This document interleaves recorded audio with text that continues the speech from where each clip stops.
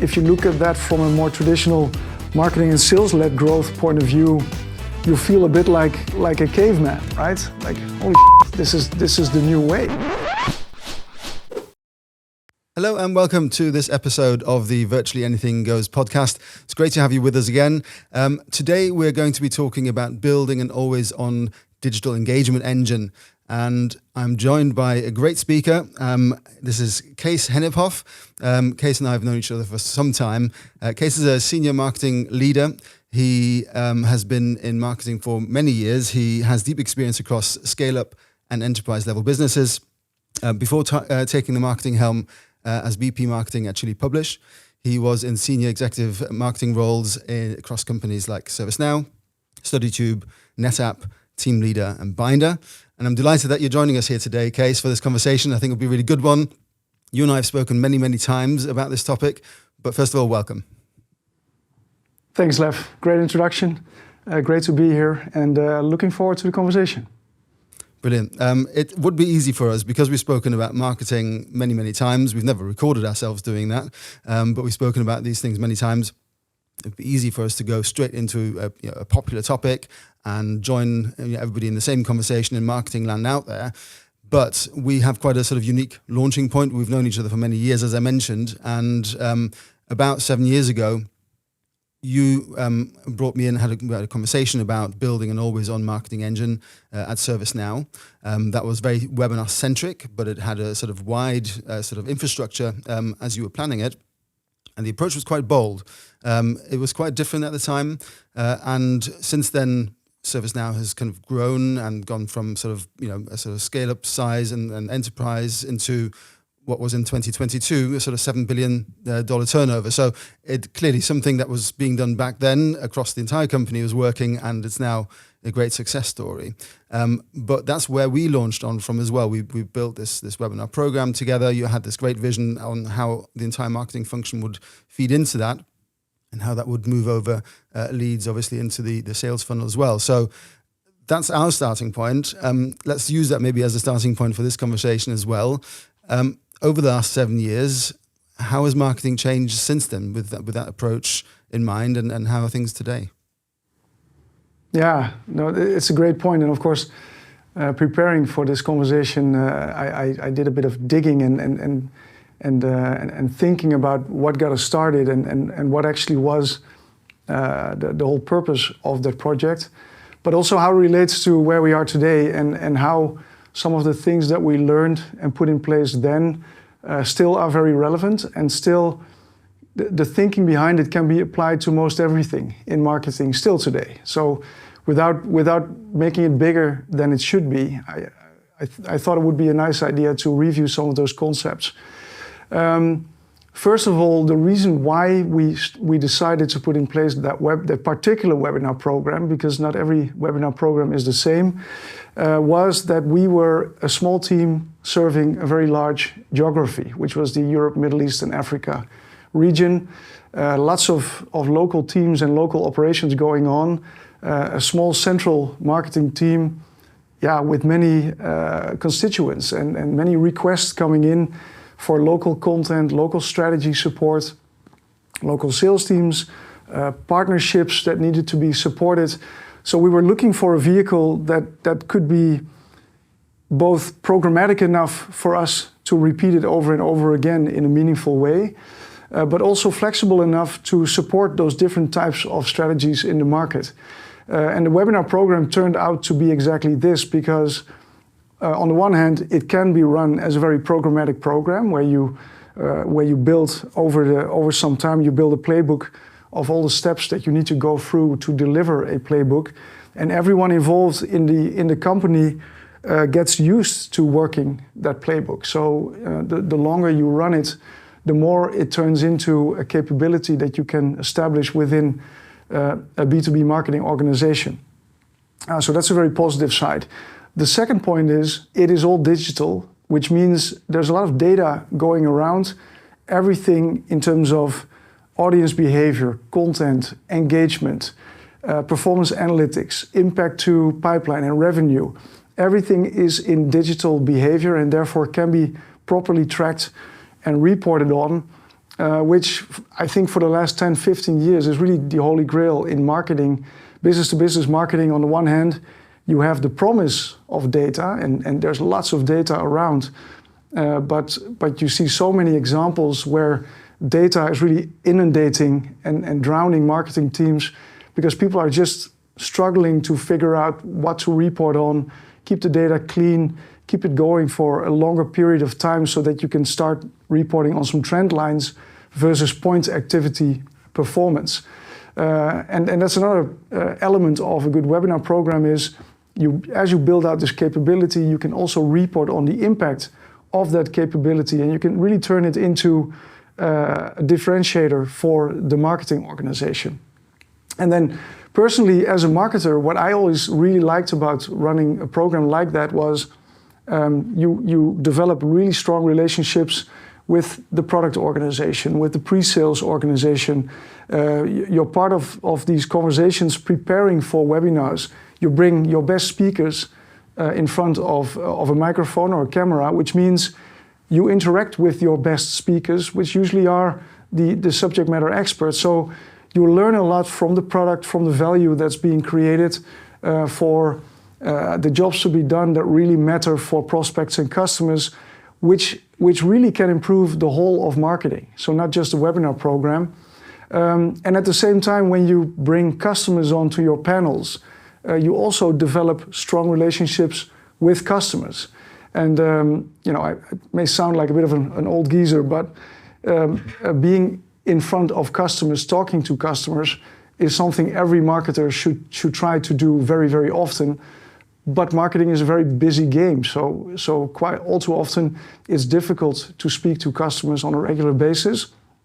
And the webinar program forces you to do that. So when we kind of discovered all of these different pieces, we built those playbooks, we delivered, I think at some point, webinars in 4 or 5 languages, maybe more, I don't even remember.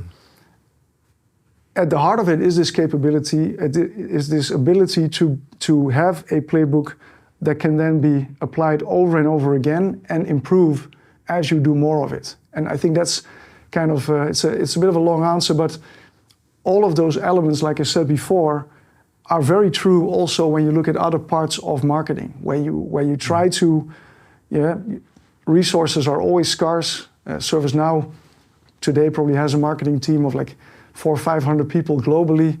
Back then it was a bit smaller, but still sizable. But for most marketeers, you're in small teams, limited resources, huge amount of programs and strategies to support. So everyone is looking for these smaller engines that you can build and then keep running and keep delivering value. And the webinar program definitely is one, but the learnings apply on many places.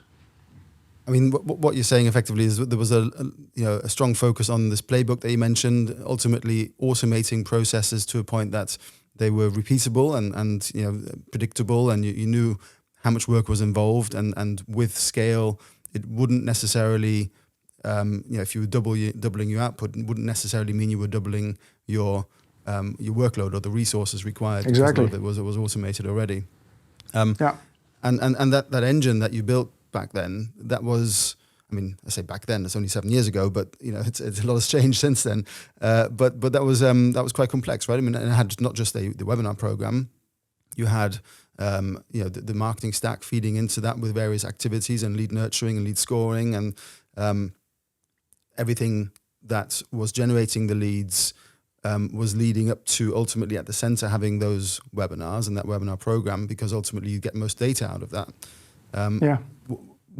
If we look at today, in 2024, how do the marketing team and the product and the marketing stack, how does that differ to perhaps what was being done back then? Has there been a shift in terms of how that's being used, how technology is being used to nurture and qualify and generate those leads? Yeah, well, I think what we started back then, in a way, is still continuing, but it's just accelerating, and the level of integration and automation that's being applied is going much deeper. And I'll try to paint that picture to make that point. The way you talked about it, you're absolutely right. So back then there was a number of systems involved. I think they're involved still. You build a landing page in a CMS or in a system like HubSpot. You connect that to your CRM. You have outbound email where you and your social channels that you use to get people to register for the webinar. You capture that in the form. The form ports to the CRM. It adds to the lead scoring. It triggers a nurture flow. So this is all stuff that we did 10 years ago. But today, the level of integrations go a lot further. So when you look at how we promote a webinar as an example, you would need an email or a couple versions of email, landing pages, social media campaigns, maybe external promotional campaigns or advertising, then the landing page and the template that goes on there, then the scoring of the leads and the scoring of the behavior when the lead is being delivered to HubSpot or Salesforce, wherever the sales team is. And then there needs to be a feedback loop to show you what's working, what's not working, where can things be improved. But if you just look at, for instance, the promotional side of it, this is actually where my current company, Chili Publish, has a platform that allows us to build the complete stack of assets that we need to promote a webinar, completely describe it in terms of the assets that we need, the dimensions we need, the file formats, the different channels we need to feed with those assets. Then feed the platform with one creative as a core creative or a master, and then the platform just translates that or reformats that to all different graphical assets that we need, a matter of seconds. Then because of integrations of this platform with the systems that we use to deliver those assets, the assets pop up in your email client or in your landing page, content management system, or in your social media management platform. So when we started this, started as a manual process of coming up with the creative concept, then working with designers to turn it on all these different assets, work with marketing operations people to put it in the right platforms and systems, etc., make all the integrations and the connections. Today, the core creative goes in, the systems are being populated, and you execute.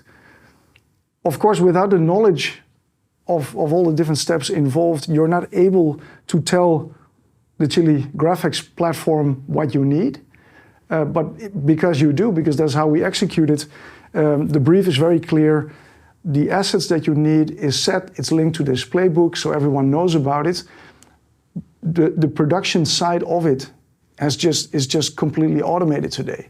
So you put in the concept, the assets come out, they're being delivered, you see the performance, you analyze for the next cycle, and you're getting into this always-on execution mode because the production of the campaigns doesn't take any time. So all the time goes into the creative concepts of what you want to do, in the delivery to market of your promotional assets, and everything in between is automated and is also learning. So the next cycle becomes better and better. It's less linear, it's more circular and always on, and you're just delivering a program like a webinar program very much in an always-on fashion, which is also what we did back in the day when we said 5 minutes after the live broadcast is finished, automatically the landing page turns from an upcoming live webinar to an on-demand recorded webinar. That is a very simple thing, but before that was automated, we had to brief some web team somewhere on turning this registration page for an upcoming webinar into a registration page of a recorded webinar. That sounds like a very small thing, and it is a small thing. But if you run 10 or 15 webinars in a month, many of these small things turn into a heap of manual, fairly mundane tasks that can really slow marketing teams down. So I think the more of this automation and artificial intelligence is applied to automate these manual tasks, the more marketing gets delivered. And that's really the point. And when you think that through and you ask how marketing has changed is, I think if you look at today versus 10 years ago, a lot more marketing can be delivered with a relatively small team. So when I try to teach my team at Chile about how we are supposed to operate in a market that is challenging, very crowded, lots of competition, very international. I mean, we generate around 40% of our revenue in the US from Belgium. So this idea of decentralized, distributed marketing teams is very much here and now. Everyone is working like that. But the technology is here to make that work and to deliver a tremendous amount of very high quality, highly integrated marketing by automating and applying the technology that is here today that just works. And so you see all the marketing teams become smaller and smaller. We don't have big design teams and big copywriter teams and video teams, animation teams, translation services. All of that is changing because it has become so very easy. If you understand the process and if you have the playbook and you know all the different bits and pieces, what it takes to deliver a program like this, it actually has become feasible for a small team to deliver it using the technology available. I think that's a big change. I don't think we know where that will take us because there is sort of a next step that I think many people talk about, and there's a lot of hype and gimmick but in there, I think, is a really different marketing operating model that will play out over the next 5 years. Okay. Yeah. No. I mean, there's so much going on, and in fact, to pick up on a few things that you said there. I mean, one, this the technological change, including tools like Chili Publish, for example, as well, means that the things are automated and done more quickly, delivered more quickly. Being able to scale that, while not necessarily creating more work because it's done on by machines. But I guess that also feeds into the scale of marketing output. There'll be more marketing available and faster, which means probably the cycles change and become quicker as well. All of that, I guess, feeds into an environment for the recipient, for the audience, where there is probably more accurate and more interesting things available, but also more of all of that. Does that pose a particular challenge, actually? Just thinking about that a little bit, I know we're going off on a tangent slightly, but how does that fit in your mind in terms of this increased output and the speed of the output for the actual audience themselves? Yeah, I think that's a very important question. And also, I'm just me, so my opinion is as good as anyone else on this topic. But what you do see is, because it has become easier and easier to create marketing, there is a lot more marketing out there. But that doesn't mean the quality is going up. It doesn't mean that it is becoming more and more difficult to punch through the noise in the market and to stand out. At the same time, I do believe that if the layer of mediocre, what's the right way of putting that? I do think that the truly unexpected marketing and the truly big ideas, and people may disagree with me. Like I said, this is just my opinion. Still comes from people, and you need creative people to be able to punch through the noise in a crowded market. For the last couple of years, I work in scale-up companies, which means there's always a tremendous lack of awareness for the brand. There's always a scarcity in resources. I don't have big media budgets that I can take over websites or do all these crazy things or be in airports and do these big brand awareness things. So what I have to focus on is come up with ideas that are truly ownable and unique and creative for a scale-up company. And like I said, I don't expect AI to give me those ideas. But if there's more mediocre content and marketing in the market, that also I think is the canvas against which the really brilliant ideas will shine even brighter. And I do really believe that there's a lot of human invention and conception happening that maybe people disagree. Our chief product officer, Bart, he's a big dilettante hobbyist on AI. He creates fantastic creative work, but I believe even there the tools are becoming smarter, but the creativity is in Bart, and AI just allows him to bring that out in more visible and more shiny ways, but without, in this case, Bart, there is no output. And that is very important. So as marketeers, when we look at copywriting with AI, when we look at creative concept development, you see that it really is used to speed up phases, not to replace things. It's easier to come up with 20 ideas today than it was 2 years ago. But picking the one that will make you win in the market is I think, still very much a human thing.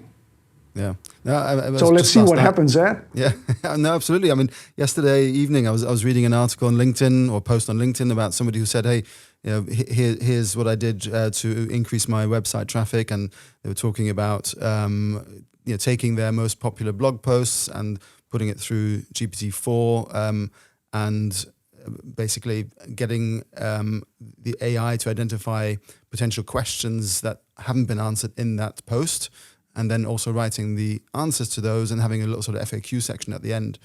And I thought, that sounds interesting. Let's read into that a bit more. And there was quite a lot of comments underneath, and clearly from people who know a lot more about this than I do, and clearly a lot more than this person knows about it as well, because they're all talking about the HCU, so the helpful content update from Google, and that basically will check, is this content helpful? The algorithm also detects whether it's likely that this is AI content, and then eventually penalizes not just the page that it's on, but actually the entire site. So yes, there might be a spike from the actual improved content, and the fact that the page was updated, and it may even be helpful to some people, but actually on the whole, without any editing, without any human intervention, that is actually counterproductive. And it probably, by the time you've edited and checked it and rewritten it, you probably could have written it yourself in the same time, and Google wouldn't be penalizing you for it. So, AI, I think, with a bit of a pinch of salt, right? So we have to be careful. Yeah, there's plenty of good stuff in it. But actually, let me take this onto a sort of slightly different tangent, because we're talking about the traditional demand waterfall here.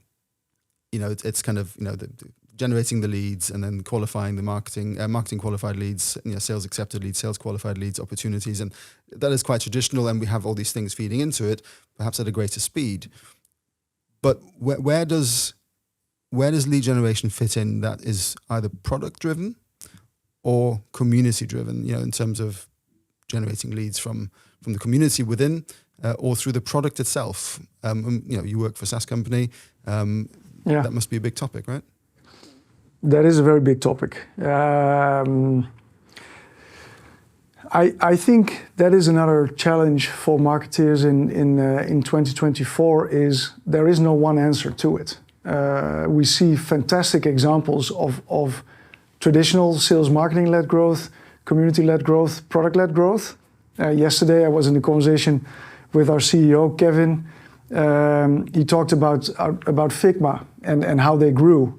Classic example of product-led growth. First, no one knows it. 2 weeks later, everyone knows it, has a trial, is working in it, is talking about, will this replace, pretty much the whole creative suite?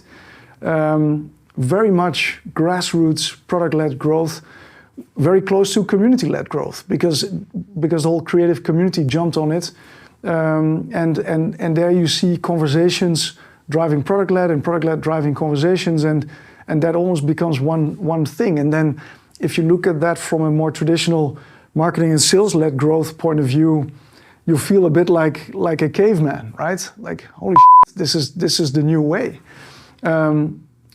But again, it comes with the circumstances have to be right for the product, and the community has to behave like a community around a product like that.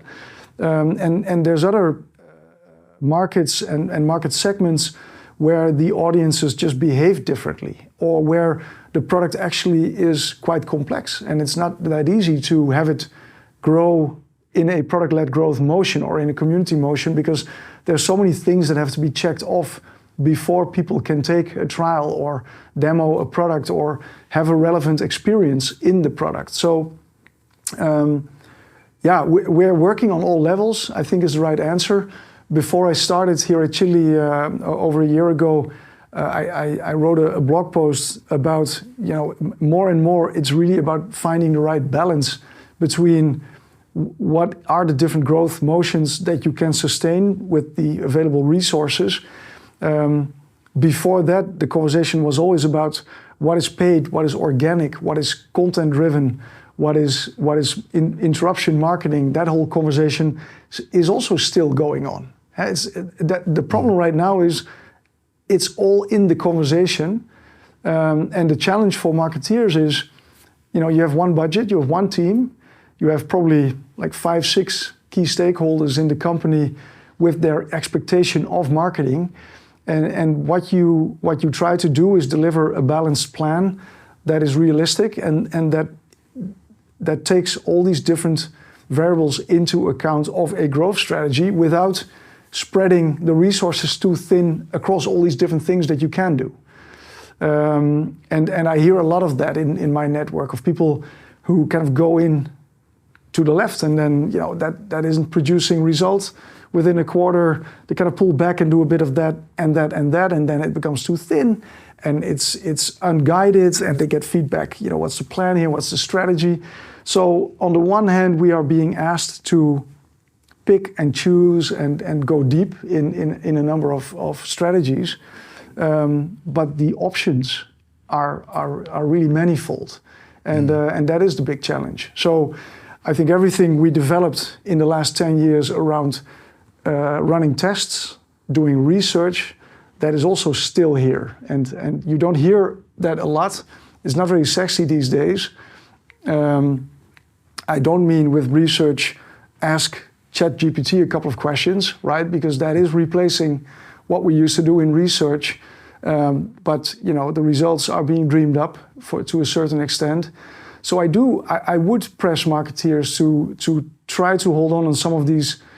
It may feel like a bit of old school thinking, but don't put all the eggs in the AI basket just yet. And also stick with some of the more traditional things to just confirm target audience, reasons to buy, jobs to be done. The classic go-to-market foundational stuff before jumping into picking this growth or that growth strategy or running behind what you see on LinkedIn, because it only goes so far, I would say. Yeah, as old school folks can still dance. We can still know what we're talking about to some point, right? Yeah, well, I mean, you touched on a few points there in terms of the role of AI and the technological side, and then obviously the need for the human intervention or participation, whatever you want to call it, as well. How do we strike the balance, and how do you see the balance between utilizing these advanced technologies, and some would argue they're not advanced enough yet, but you know what I mean, the kind of the space of AI and marketing technology. How do you balance that with the human touch and the human intervention? And is that human intervention, not really any more required? And I think you gave the answer to that briefly before, but is it even more important now? And is the role just changing of the human in terms of what we do? I think it is more important now simply because it is so easy to do whatever. You can do everything.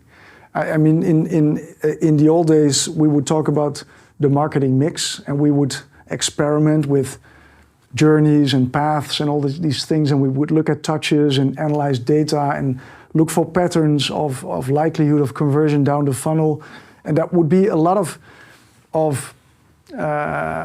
spreadsheet work, combining dashboards, trying to understand what the data is trying to tell you. I think all of that can be done for us. But again, that is just speeding up what we would be doing anyway ourselves. The question then is how do you act on the insights? And I think that's where none of the struggle is becoming more easy because of AI right now. So it will be faster. There will be insights, taking decisions still down to the humans, and it will allow for experimentation in execution a bit more. And I think that's the exciting part. Like when you think about patterns in how you plan and execute your marketing, before we said building it and producing it and executing it will be a lot easier. So there's a lot of speed there. Then if you test different patterns in how you execute, that's being accelerated. The level at which we can now localize and personalize assets based on behavior of our audiences is also accelerating, because back in the day when you would do, for instance, account-based marketing, that would be a very manual and difficult first stage of building a list, finding the contacts, being very clear on the job roles and the jobs to be done and the use cases you would go after. So there would be a lot of prep work that needed to happen in order to get ready for account-based marketing. All of that will be done within a day if you understand what you want to do, which is the human part. So I think a lot of it will be about accelerating and productivity, doing more with less and smaller teams. But the big questions will still be for the marketeer and the business to answer, which means everything around alignment, everything about going to market with collaborating teams rather than marketeers doing marketing and then lead comes in and you give the lead to sales. I think that will go away and it will be replaced, because everything will be faster and more integrated, will be replaced by multidisciplinary go-to-market execution, where in execution you will learn what's sticking and what's not sticking as a commercial function, more than the marketing and the sales and more of the traditional silos. I think you see that already, because the data is readily available and the reports are here. And what you discuss today can be in market tomorrow. And that's really where marketing and sales alignment has been struggling, that you have a conversation in January about whatever go-to-market strategy, that marketing goes off and builds many things, does the research and the writing and building websites and whatever you need for it, whereas sales would go at it the next day, right? Mm-hmm. And by the time marketing comes out with a campaign idea or whatever, sales already burned through like the first 200 accounts, and you go like, okay, let's circle back and start all over for a new audience. I think we're moving to a place where you can have that conversation on Monday and be in the market in the course of that week with an integrated commercial approach, and I think that will create value that we currently don't really see. It creates the kind of value that otherwise would be created over years of execution and learning and aligning, and provided you keep the people in the company, etc. Different issue, but that's where I think we'll be heading. I think what you just described to me, it sounds like what you described sounds to me like what we saw with software, where it went from you got your Windows 95 installation disk. And sorry, I'm aging myself here right now by knowing that, but you get the installation disk, it's DVD or CD-ROM, whatever it was. And that was it. You had there was no software as a service, and then we moved to the SaaS world, and actually that was always on, and that was always being updated, and it was you had an idea, you can sort of implement it pretty quickly, as opposed to waiting for the next release CD-ROM, 6 months or 12 months later. And what you described in marketing sounds very similar. We used to have this approach of building these big campaigns, and sales is already off selling it, and haven't even signed it off yet, or even put it on paper. now with the technology available, it seems like we're moving more towards this sort of SaaS model, the marketing as a service almost, where you have, it's always on, it's always running, it can be tweaked and updated quite quickly, and actually with tools like Chili Publish, for example, as well, it can be very quickly updated with the creative assets. Is that what you're describing? Do I understand that correctly? Is that a fair comparison? Yeah. I think, it moves from being, you go from big idea to big idea to big idea to producing a go-to-market strategy between the commercial functions in the company.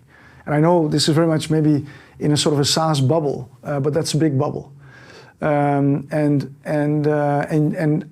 I feel that change is happening right now, where there's no need to wait for marketing, right? And there's no need for sales to jump ahead and already go at it without marketing being by their side with content and with value proposition, with sales enablement materials that are relevant, like to yesterday's insight.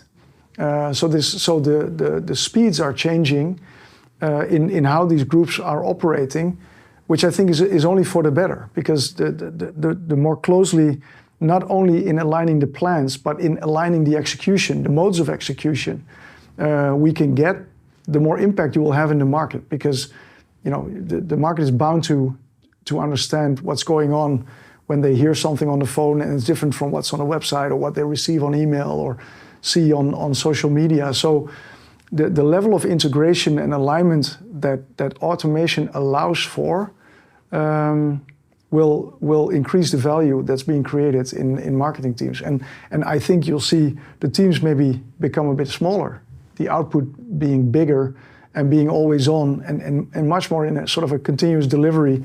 And I think the software metaphor is the right metaphor, not only because of the disk. I don't even know how do you call it, like the disk that you had to install the software. Today you right, sorry, CD-ROM. you come to the office in the morning, the software is enhanced overnight, and tomorrow again, and tomorrow again. And the same goes for marketing. You don't have to launch the big thing on day one.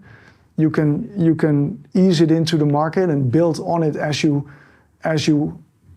go, but also as you understand it better yourself. You don't have to understand it completely when you launch it.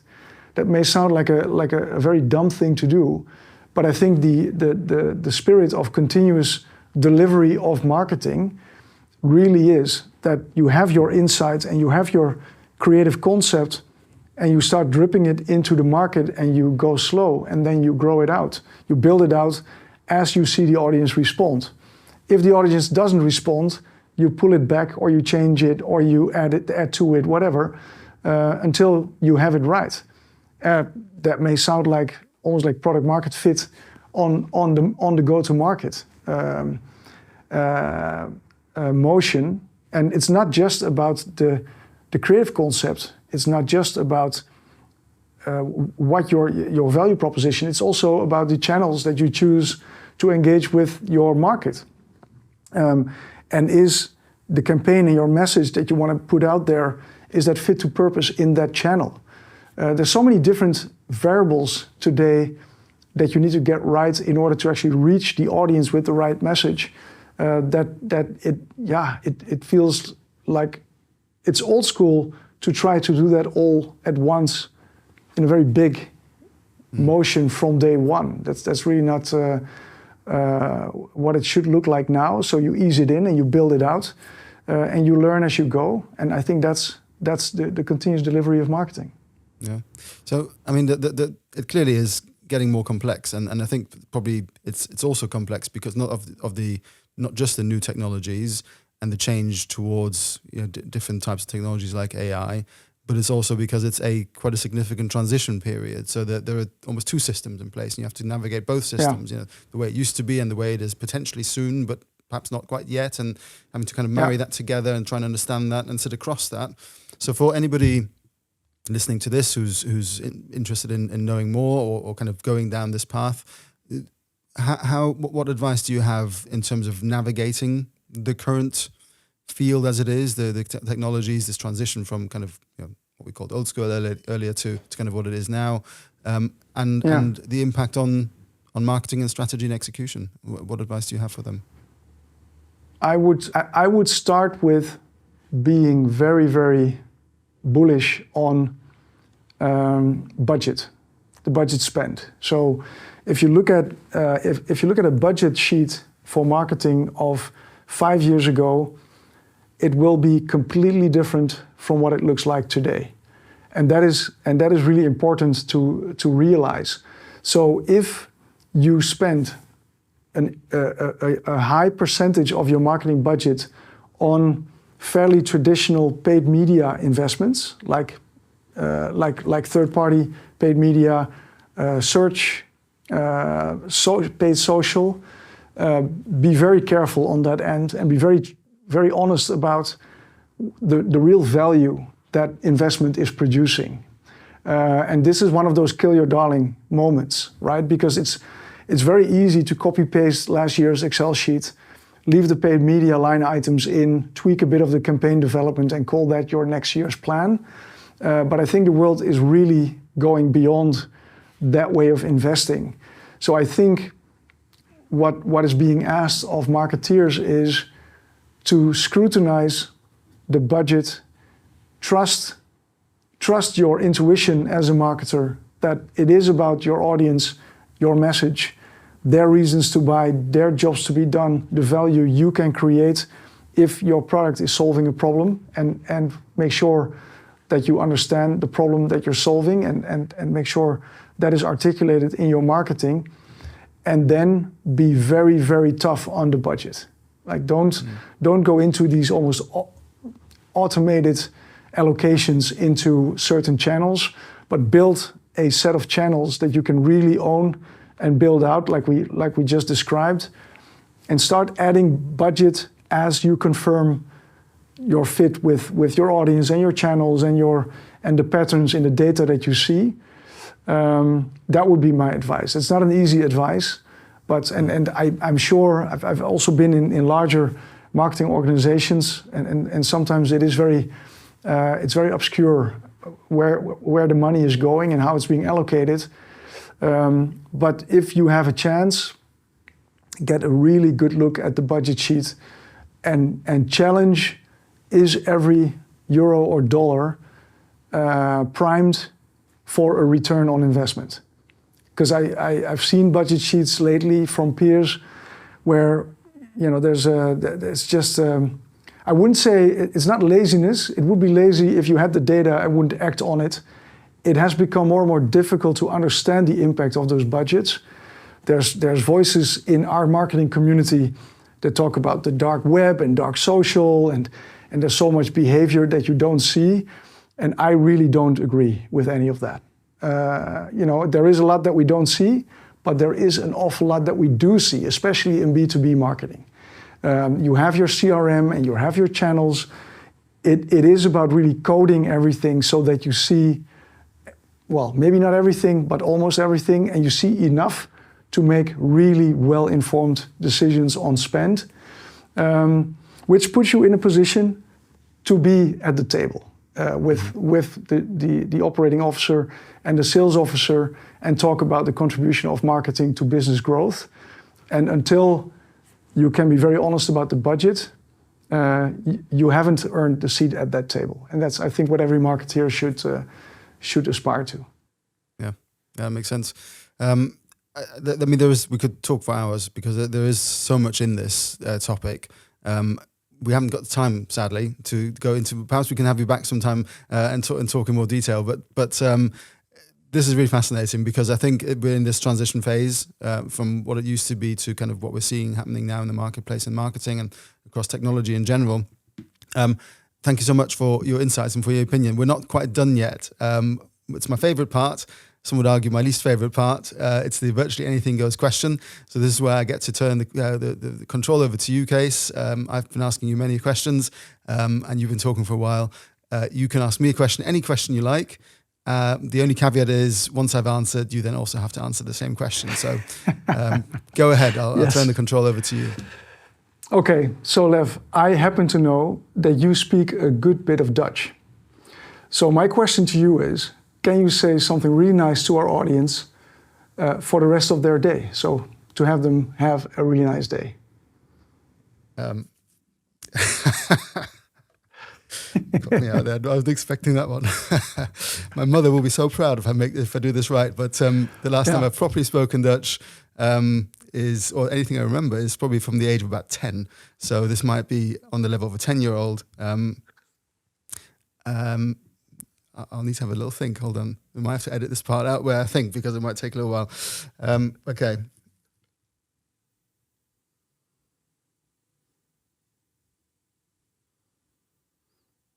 This is going to probably be a mixture of Dutch and German, because that's where it's going to go. It's all the same, it's fine.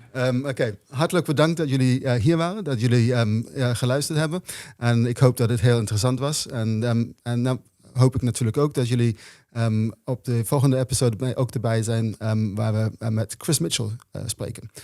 Over customer service en audience engagement. Hartelijk bedankt en tot ziens. That was really fantastic. So you return the question to me? Yeah. So well, you know Dutch very well, don't you? So is it? Do you want to do Dutch, or are you going to do it in a different language? No, I'll do Dutch. It's the same question, hè? So Lev, dankjewel dat ik op je podcast mocht zijn. En iedereen die heeft geluisterd, dankjewel voor je aandacht. En doe vandaag wat fantastische marketing. Succes! Excellent, very good. I was honestly not expecting that question, but it's a great question, because you have to kind of keep in touch with a language that you perhaps at one time spoke. So I hope it was understandable. Thank you, Kees, for that question. Thank you to our audience. It was really good. Good. Thank you to you, Kees, for everything you've shared today. I always love talking to you, because there's always much you can bring to the conversation. And of course, thank you to our audience as well. You may have not understood it because it was in Dutch, but our next episode is with Chris Mitchell. He is a customer success leader. He will be talking to me about customer success, about audience engagement, customer satisfaction, audience satisfaction, and everything around that to do with content as well. So it'll be a great episode. Join us for that one as well. Of course, there are other episodes available on our website, on various podcasting platforms, and of course on YouTube. So if you enjoyed it, we would love to spread this information further for more people to be able to benefit from it. So please subscribe, please like and share it as well, so that we can get this to more people that might benefit from it. So Kees, again, thank you so much. Thank you to the audience as well, and we'll see you soon. Thanks for having me, Lev. Cheers. Thanks.